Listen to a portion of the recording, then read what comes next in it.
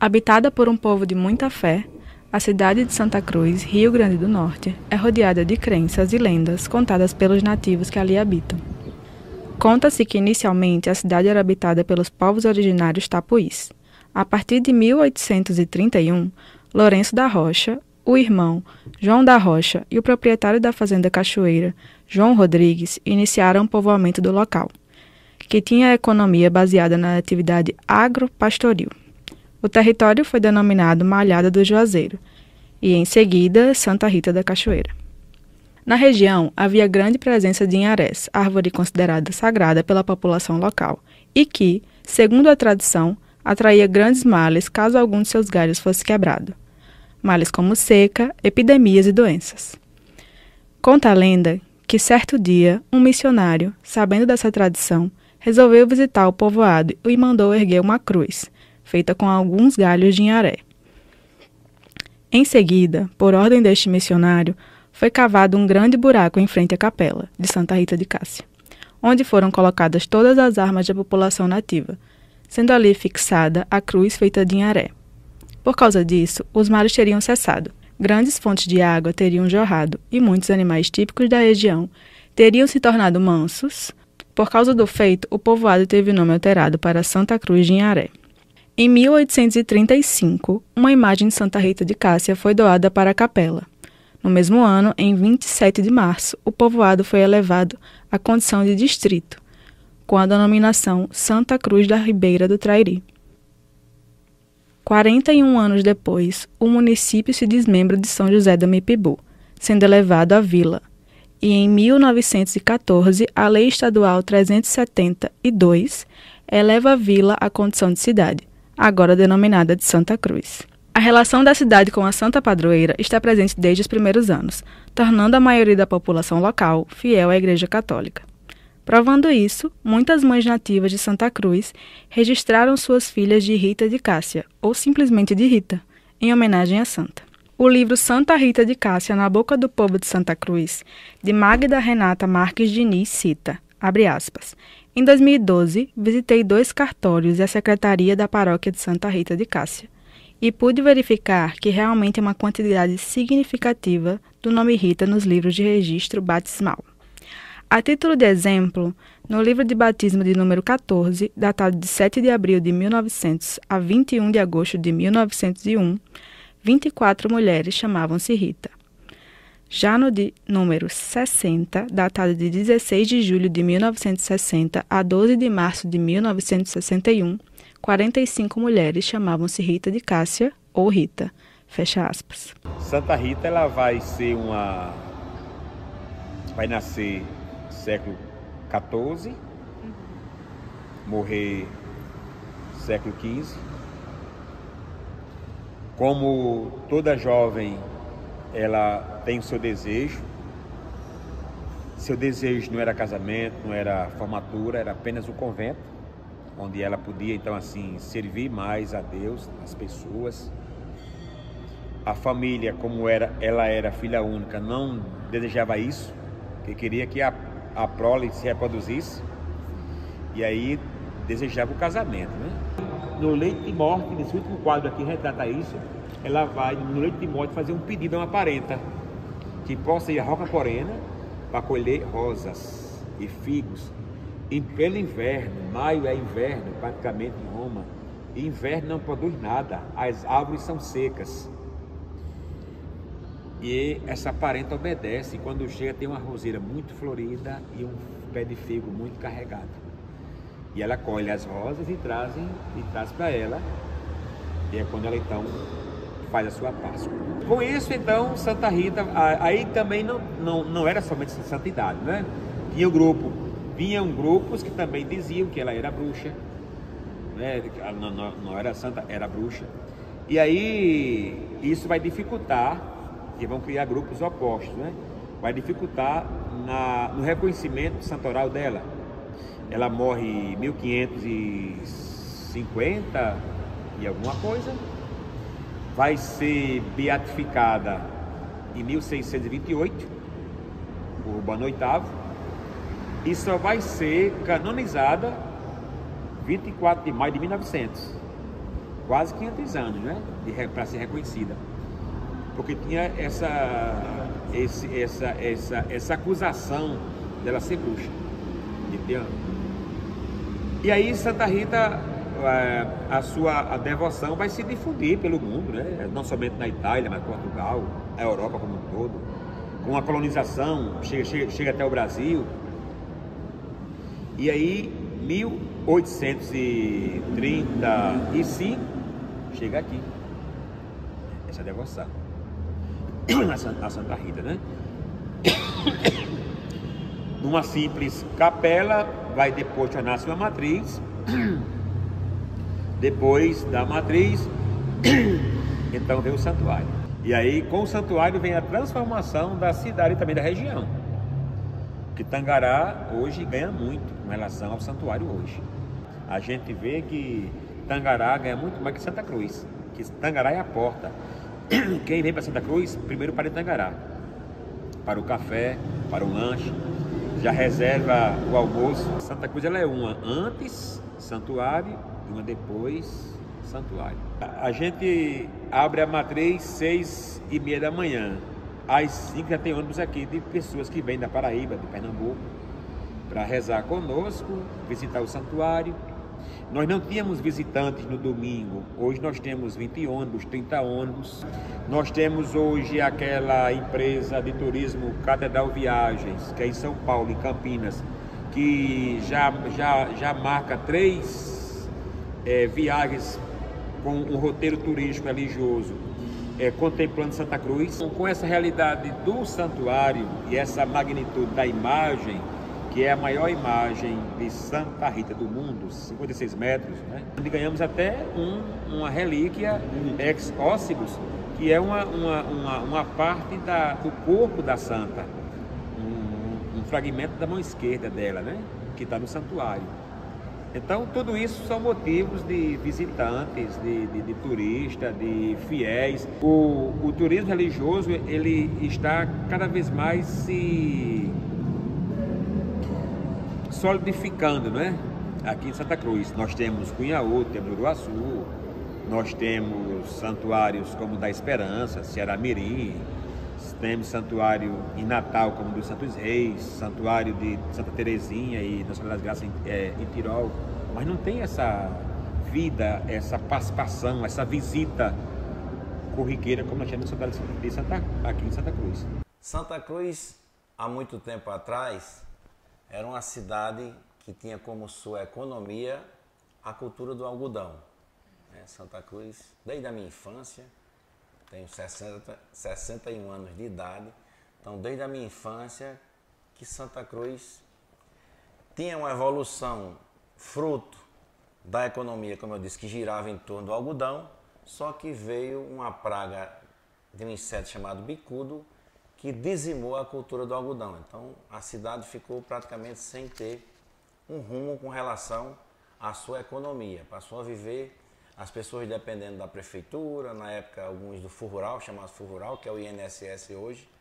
E realmente a cidade, a feira livre era forte, mas era apenas o comércio e a agricultura familiar. Mas a agricultura que dava subsistência, que fazia com que a economia da cidade crescesse, ela realmente acabou com a cultura do algodão. E nós ficamos muito tempo aqui em Santa Cruz, realmente as pessoas dependendo, como eu disse, do serviço público, do comércio, da feira livre que tinha aqui, que era forte, mas só aos finais de semana. E a gente ficou realmente sem ver a cidade prosperar. A cidade não caminhava bem. Até que o hoje deputado Toma, na época prefeito de Santa Cruz, ele idealizou, ele teve a ideia de construir aqui no nosso Monte Carmelo, que é onde hoje é o Santuário de Santa Rita de Cássia, essa estátua de Santa Rita de Cássia, esse monumento. E realmente quando ele pensou isso foi algo que as pessoas nem sequer acreditavam, porque ele já imaginou de fazer a maior estátua católica do mundo, que era exatamente para dar essa visibilidade que nós esperávamos que poderia acontecer até pela devoção que as pessoas têm em Santa Rita de Cássia, que é a padroeira da cidade. Ele era devoto de Santa Rita também, os pais dele, então ele imaginou isso e colocou na cabeça e foi buscar os recursos. e conseguiu realmente uma emenda lá em Brasília, no Ministério do Turismo na época, e levou adiante esse projeto. E hoje nós temos aí realmente esse santuário. A partir da construção do santuário, Santa Cruz dá uma nova guinada na sua economia. E o santuário é exatamente para dar a visibilidade que Santa Cruz precisava a nível estadual e nacional. Hoje nós recebemos aqui milhares de pessoas, todas as semanas, muita gente. Tem final de semana aqui que o nosso santuário tem 70, 100 ônibus, às vezes 30 ônibus e tem também os carros pequenos, com pessoas que visitam, que a gente nem dá, digamos assim, dá conta desse pessoal aqui em nossa cidade, porque eles vão direto, visitam, fazem algum lanche ou almoço e vão embora, e a gente não tem esse contato aqui com esse pessoal, muitos deles. Mas os ônibus dão uma visibilidade maior, a gente sente aqui realmente a presença de muita gente. Com a chegada do santuário, a cidade passou também a se desenvolver na área de serviços, de hotelaria. Hoje nós temos, por exemplo, 14 pousadas aqui em Santa Cruz.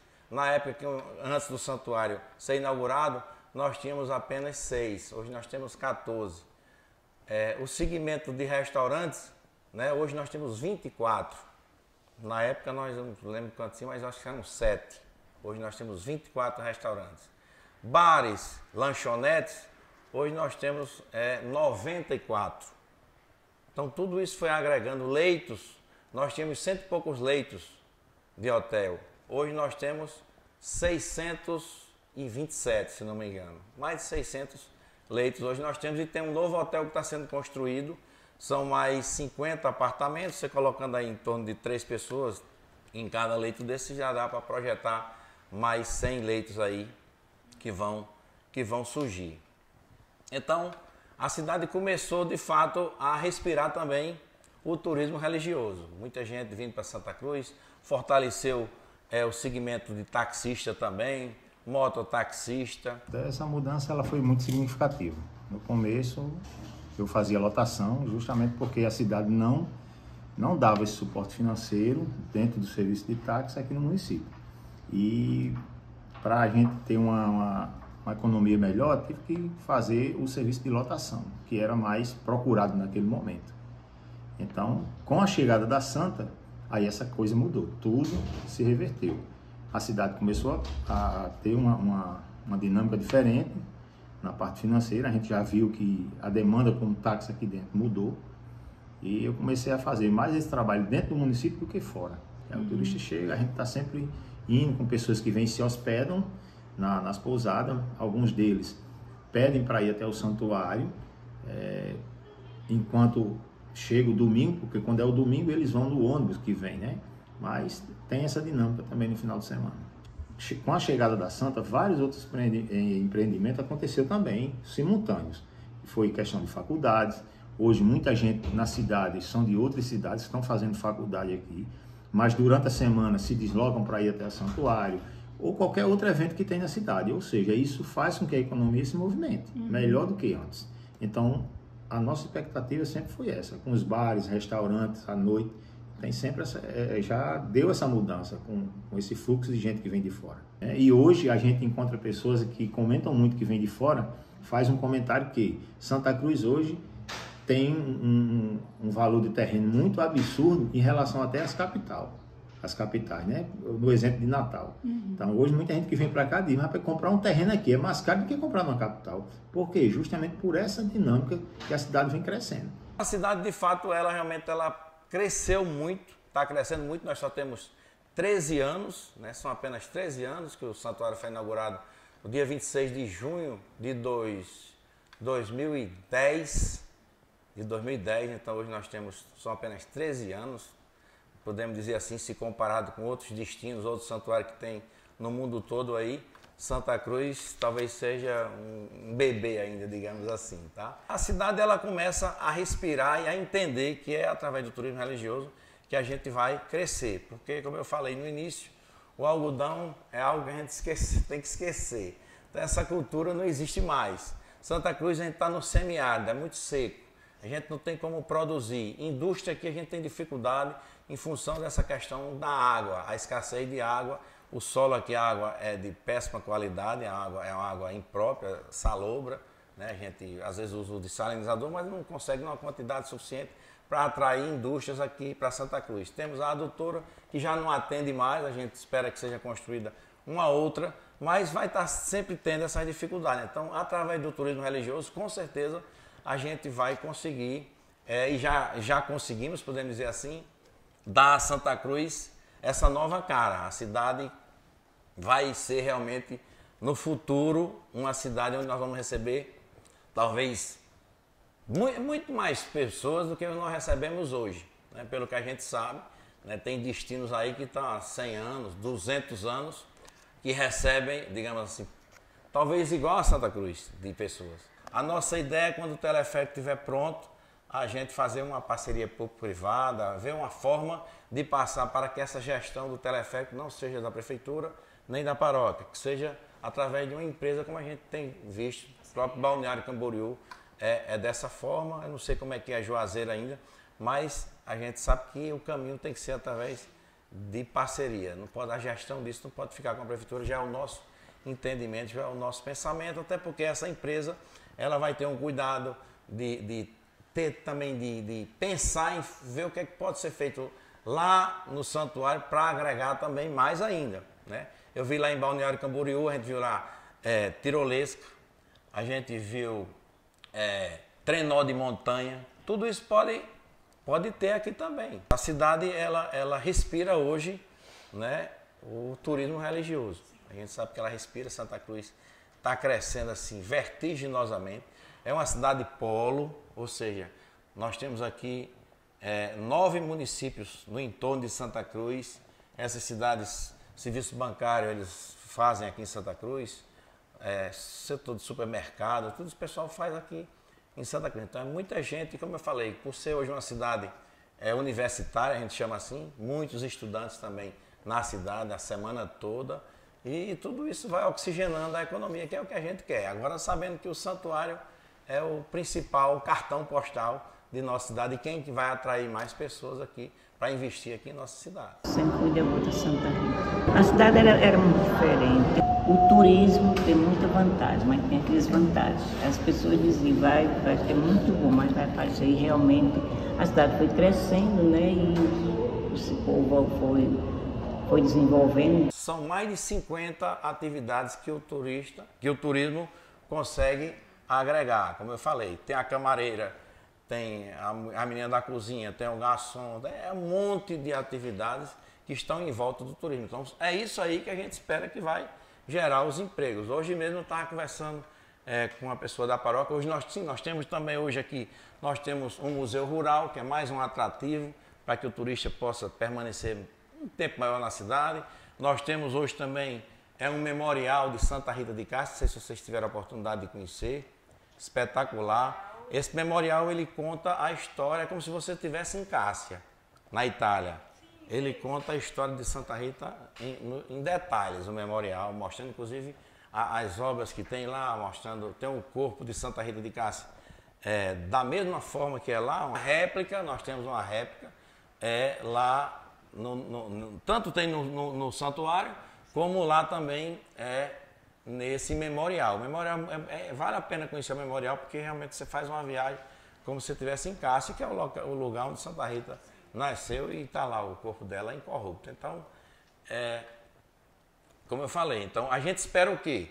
Que com a criatividade do setor privado, que é isso que o Delturismo está buscando também, essas pessoas possam fazer novos negócios para que possam aproveitar a presença desses turistas de hoje e do futuro, que a gente sabe que com o teleférico, com os outros atrativos que vão surgir, vai atrair mais pessoas, e essas pessoas têm que aproveitar e criar os seus negócios de forma que possam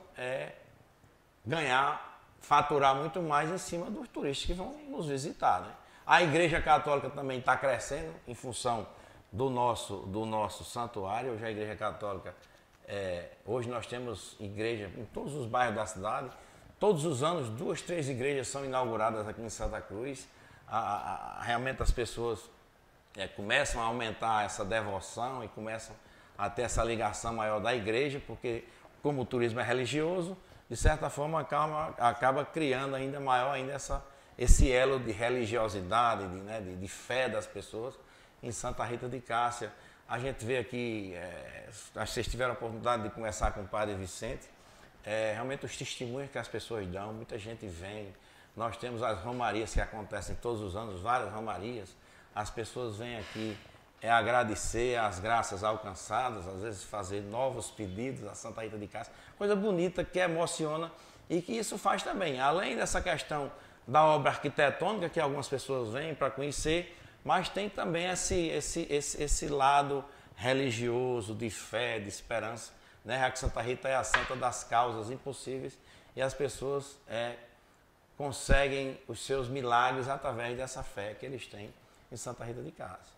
Tradicionalmente é natural essa questão de tratar desde criança, né, sobre a questão religiosa aqui em Santa Cruz, né? Isso começa nas escolas por serem muito tradicionais as escolas daqui. Então, desde muito cedo a gente aprende os símbolos, a gente aprende a história da cidade, a gente aprende a amar Santa Cruz conhecendo a sua história, né? Desde criança a gente vê o crescimento da cidade com relação à religião. Cada ano as festas ficam bem maiores, cada ano a Santa Cruz cresce muito mais, e principalmente esse marco histórico da cidade do antes alto e pós alto de Santa Rita, né? Esse complexo que mudou para sempre o destino da cidade. A cidade ela se transformou em um grande polo turístico religioso, né?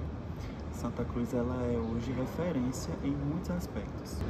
A gente não imaginava o tamanho e a dimensão nem da imagem em si. A gente sabia dos tamanhos, né, das medidas, mas não tinha noção visualmente de como seria. E junto com a imagem, muita coisa melhorou, né? A cidade cresceu mais, ficou muito mais desenvolvida com relação as pessoas começaram a ficar um pouco mais exigentes com ambientes, até com o comércio local, né? As pessoas acreditam muito mais no comércio local. Eu lembro que na época era tão grandioso que a gente celebrava as coisas por partes, né? Por exemplo, veio o protótipo, que era só uma maquete. Isso foi um acontecimento. A gente pôde ver em tamanho menor, proporção bem menor, né, de como ficaria.